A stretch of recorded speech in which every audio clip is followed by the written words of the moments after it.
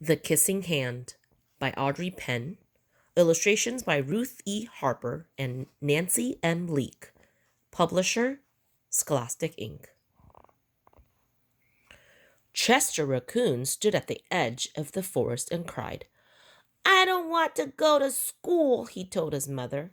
I want to stay home with you. I want to play with my friends and play with my toys and read my books and swing on my swing. Please, may I stay home with you? Mrs. Raccoon took Chester by the hand and nuzzled him on the ear. Sometimes we all have to do things we don't want to do, she told him gently, even if they seem strange and scary at first, but you will love school once you start.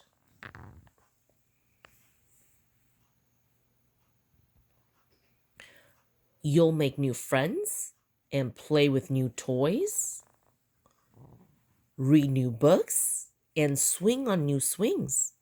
Besides, she added, I know a wonderful secret that will make your nights at school seem as warm and cozy as your days at home.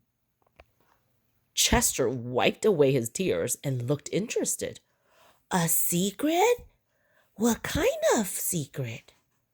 A very old secret, said Mrs. Raccoon. I learned it from my mother, and she learned it from hers. It's called the Kissing Hand. The Kissing Hand? Asked Chester. What's that? I'll show you. Mrs. Raccoon took Chester's left hand and spread open his tiny fingers into a fan. Leaning forward, she kissed Chester right in the middle of his palm. Chester felt his mother's kiss rush from his hand, up his arm, and into his heart. Even his silky black mask tingled with a special warmth.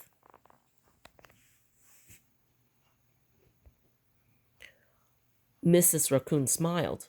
Now, she told Chester, whenever you feel lonely and need a little loving from home, just press your hand to your cheek and think, Mommy loves you, Mommy loves you, and that very kiss will jump to your face and fill you with toasty, warm thoughts.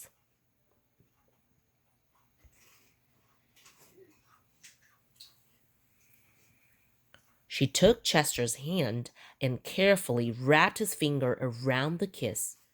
Now, do be careful not to lose it, she teased him. But don't worry, when you open your hand and wash your food, I promise the kiss will stick. Chester loved his kissing hand.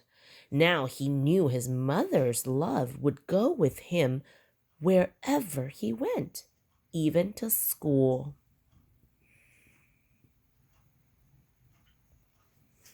That night, Chester stood in front of his school and looked thoughtful. Suddenly, he turned to his mother and grinned. Give me your hand, he told her.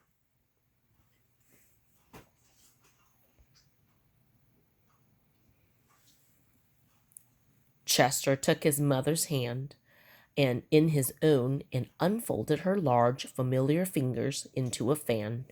Next, he leaned forward and kissed the center of her hand. Now you have a kissing hand too, he told her.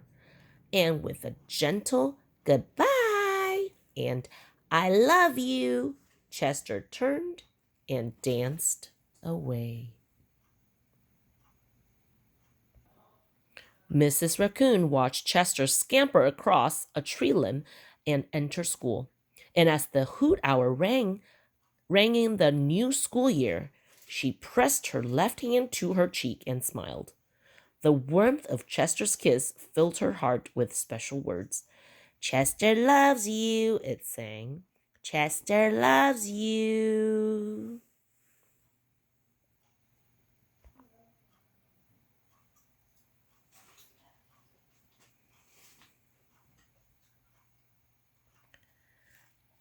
I love you.